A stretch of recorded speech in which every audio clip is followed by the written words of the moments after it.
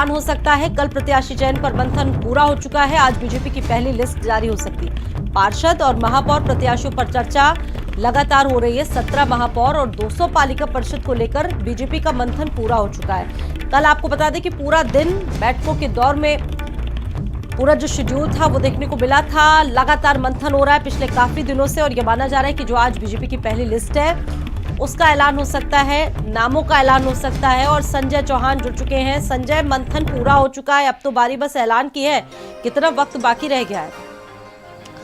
बिल्कुल साथी, मैं बताऊं आपको कि निकाय चुनाव को लेकर के लगातार बीजेपी मंथन कर रही है। पहले सीएम के योगी आदित्यनाथ के 5 कालिदास आवास पर बैठक हुई, कल बीजेपी कार्यालय पर बैठक हुई और शाम को फाइनली सीएम के आवास पर एक बार फिर से बैठक हुई। और बैठक के बाद माना जा रहा है कि जिन प्रत्याशियों को उम्मीदवार बीजेपी बनाने के मूड में है उन सभी नामों पर अंतिम संस्तुति जो सीएम आवास पर संगठन के और मंत्रियों के लोगों की बैठक हुई उसमें लग गई है। और माना जा रहा है कि आज शाम तक बीजेपी अपनी जो कैंडिडेट की घोषणा है, जो प्रथम चरण के कैंडिडेटों की पहली लिस्ट है वो जारी कर सकती है। तो ऐसे में 17 नगर निगम और 200 नगर पंचायतों से ज़्यादा की जो सीटों की घोषणा है उसकी घोषणा हो सकती है। क्योंकि समाजवादी पार्टी ने सबसे पहले अपने 9 कैंडिडेट उतारे थे, उसके बाद कांग्रेस के साथ ही बसपा ने भी कल अपने कई कैंडिडेटों को उतार दिया और लखनऊ में जो महापौर है शाहीन बानो उनको उतारा है। तो ऐसे में अब बीजेपी किन कैंडिडेटों पर फोकस करती है, चूंकि कहीं ना कहीं जातीय समीकरण साधने को और विपक्ष के पत्ते क्या है, किन पत्तों के साथ विपक्ष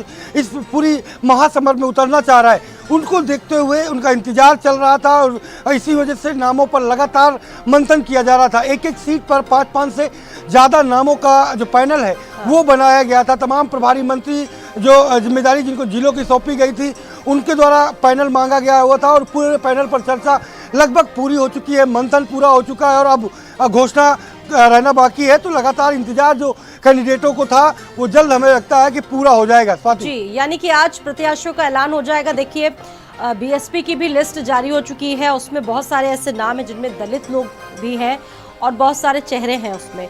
ये माना जाए कि इस बार बीजेपी भी पूरे समीकरणों पर ध्यान देगी, क्योंकि इससे पहले जब भी निकाय चुनाव हुए हैं उसमें बीजेपी का दबदबा रहा है, चाहे सरकार में रही हो बीजेपी या नहीं। संजय, बिल्कुल, शहर की सरकार में बीजेपी का दबदबा हरदम से रहा है और खास करके निकाय चुनाव में अगर बात करें तो 14 सीटें महापौर की 17 में से 14 सीटों पर जो बीजेपी है वो काबिज है। और एक सीट जो मेरठ की थी जहां पर समाजवादी पार्टी ने अतुल प्रधान की पत्नी सीमा प्रधान पर दांव लगाया, तो ऐसे में वो सीट वो बीएसपी के खाते में थी, लेकिन अब किधर जाएगी ये देखना होगा। और 17 महापौर की सीटों पर पूरी तरीके से जीत हासिल करने के लिए बीजेपी ने मूल मंत्र अपने कार्यकर्ताओं को दिया है और यही वजह है कि अपने तमाम मंत्रियों को, प्रभारियों को जिम्मेदारी सौंपी गई है।